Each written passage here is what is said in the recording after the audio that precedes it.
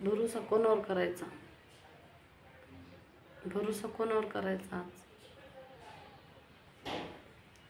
का एवढा मोठा विश्वासघात का?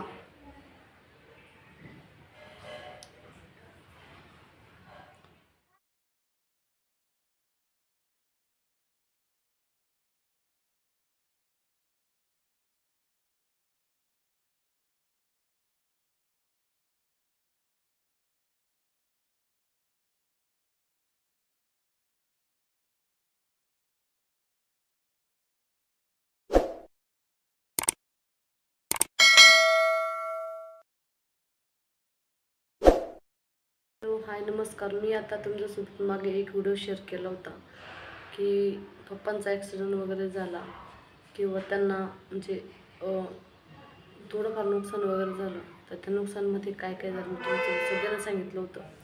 तर त्याच्यानंतर परत त्यांना चेकअपसाठी घेऊन गेले होते. तर तिकडं त्यांना काय सांगितलं मी तुम्हाला सांगते. तर तुमच्यासोबत एक गोष्ट शेअर करणार आहे. तर तुम्ही सर्वांनी तर आता माझा भाऊ आहे एक, म्हणजे तो माझ्या पाठचा आहे. तर तो बाबांना घेऊन हॉस्पिटलला गेलेला आहे आणि त्याला जायचं होतं. तर त्याने ना मला काल कॉल केला, म्हणे ताई तुझ्याकडनं जर झाली काही थोडीफार मदत तर बघ म्हणे. म्हटलं ठीक आहे, बघते म्हटलं, मी काही झालं तर सांगते म्हटलं गेलं. आणि मला भरोसा होता ना की असं माझ्यासोबत घडणार नाही. पण काय सांगू, तर चला मी तुम्हाला पहिल्यापासून सांगते. तर काल काय झालं, मी तर दोन एक दिवसापासून भाऊचा फोन चालू होता की मग मी घरी फोन लावला. म्हटलं आता पप्पांची तब्येत वगैरे कशी आहे, काय आहे. तर मला भाऊ सांगत होते की बरं आहे म्हणे, पण त्यांना डॉक्टरने परत एकदा चेकअपसाठी बोलवलेलं. तर मग तर ते सांगत होते की बाबांच्या डोळ्याला दिसायला पण कमी झाले म्हणे. समोरचा व्यक्ती म्हणजे कोण आहे समजत नाही. जसं जवळ आला बोलला त्यांना तर त्यांना कळते आणि दिसायला पण थोडं त्रास होते, म्हणजे दिसायला पण थोडं प्रॉब्लेम होते म्हणे. तरी म्हणायला वय एवढं काही जास्त नाही, पण असो. तर त्याच्यामागं पण एक कारण आहे की बाबांना ब्लडच्या गाठी का काय असं काहीतरी सांगितलेलं आहे. तर असं सांगितल्यामुळं आणि सगळ्यात आधी पण थोडं म्हणजे गाडीचा ॲक्सिडेंट झाला म्हणजे त्याच्यामध्ये नुकसान भरपाई तर होणारच, बरोबर आहे. तर ते नुकसान भरपाई करायला पण तिथं दिलेले पैसे वगैरे, म्हणजे त्या गाडीला मार वगैरे लागला, समोरच्या गाडीला धक्का लागला, तर ते काय नुकसान होतं तर ते छोट्या भाऊने क्लिअर केलेलं आहे. आणि आता तिथे मोठा भाऊ गेलेला आहे. तर अजून त्याचा पेमेंट बाकी होता, म्हणजे त्याला भेटायचा पेमेंट बाकी होता. पण मग त्याला घरून फोनवर फोन चालू होते की तू इथे ये, इथे ये, आपल्याला बाबांना दवाखान्यात घेऊन जायचं आहे. तर भाऊ इथलं चालू काम सोडून गावी गेला आहे. आणि मग त्याला माहिती होतं की त्यानं गणपती वगैरे केलेला आहे, तर होऊ शकेल काहीतरी काम. आम्ही सगळ्यांना सांगितलेलं आहे की मी गणपती केला आहे म्हटलं, सांगितलेलं होतं. मग त्याला तेच वाटलं की असो गड्या, आता आपण जे काय ते ऐकून थोडीफार मदत होईल करेल. आणि मी पण त्याला त्याच अपेक्षा बघते. त्याला म्हटलं होतं की तू समोर जा म्हटलं, आणि मी तुझं हे करते, म्हणजे तुझं काय जे काय काम आहे ते मी करते.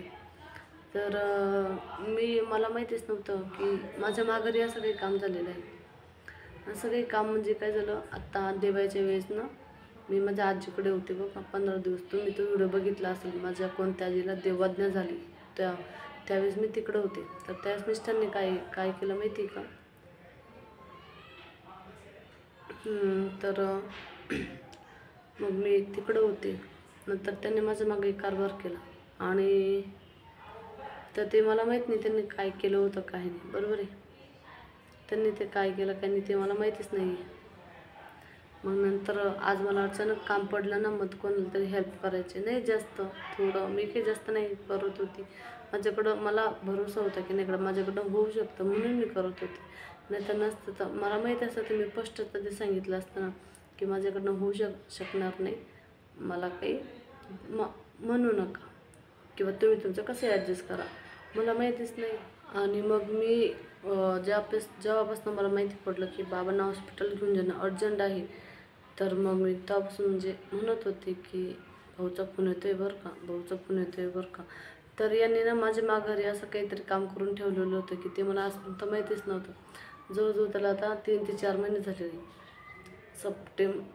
नोव्हेंबर, डिसेंबर, जानेवारी, फेब्रुवारी, मार्च, एप्रिल, मे, एप्रिल म्हणजे 5 महिने झालेले ते काम करून. आणि मग मी त्यांना म्हणायची, अहो आपल्याला असं करायचं आहे. हो मी करतो, मी परवा तेरवा करतो. हो मी करतो, मी परवा तेरवा करतो. मी त्या कामातून काम करतो. म्हटलं हे कोणतं काम म्हणताय, मला काही कळतच नव्हतं. म्हटलं हे का बरं असं बोलताय, मला माहीतच नाही ना. पण मग शेवटी आज म्हणजे मग मी काल संध्याकाळी फोन लावला. ते आले बाहेरून आणि डबा वगैरे घेतला आणि लगेच चालला गेले. म्हणे मी 2 दिवस घरी नाही येणार.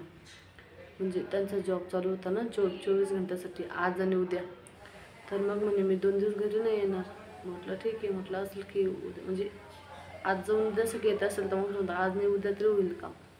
मग मी म्हटलं तुम्ही असं का बरं करता एवढा कानाडोळा की डायरेक्ट असं की मी 2 दिवस येणार नाही किंवा काय, किंवा स्पष्ट सांगा ना माझ्याकडनं नाही होणार आहे. मग ते आपल्या बुरशावरती ते बसणार नाही किंवा ते त्यांचं कसं हँडल करतील.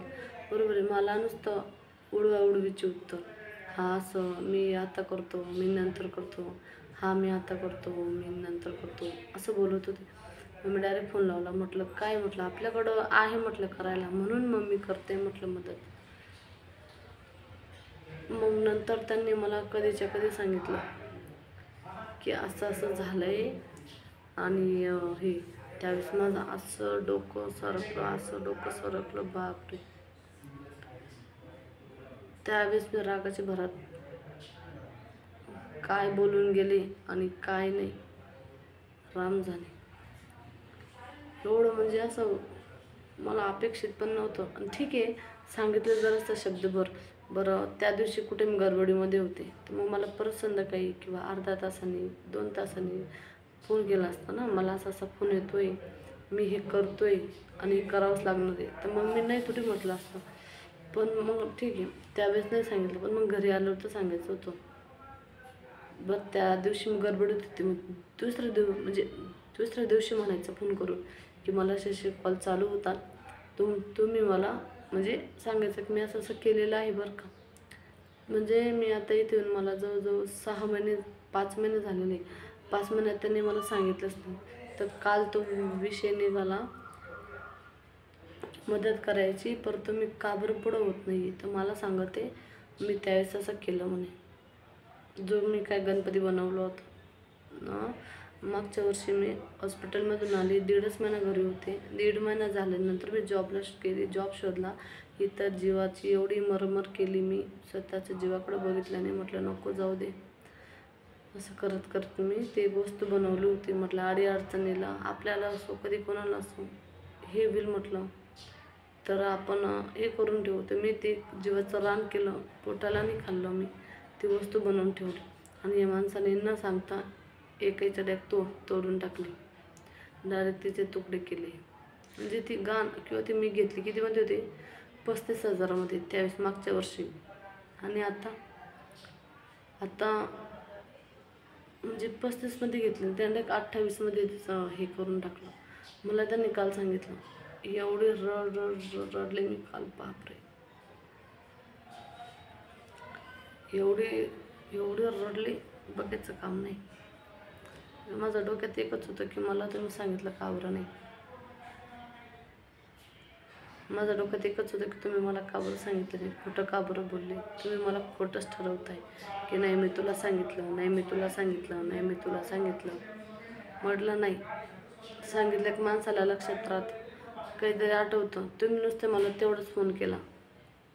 फक्त मला फायनान्सचा एक फोन आला होता आणि काय बोलणं झालं मला माहिती नव्हतं. घरात 2 माणसं कमवतात तर दोघांना हिशोब माहिती पाहिजे. तर त्यांनी घरात पैसे ठेवले. मी जर माघारी उचलले त्यांना सांगितलंच नाही की मी कशासाठी खर्च केले किंवा काय खर्च केले. आणि खर्च तर हा करावाच लागतो, बरोबर आहे.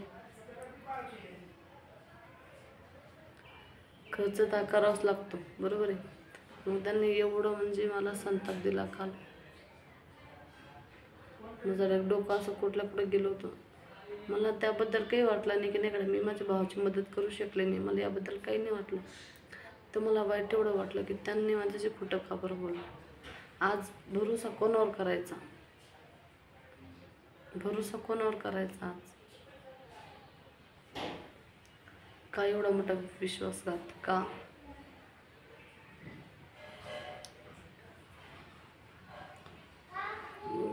मग माझ्याशी बोलायसाठी लगे मुलाला बोलवलं, माझ्या 2-3 मैत्रिणी आल्या.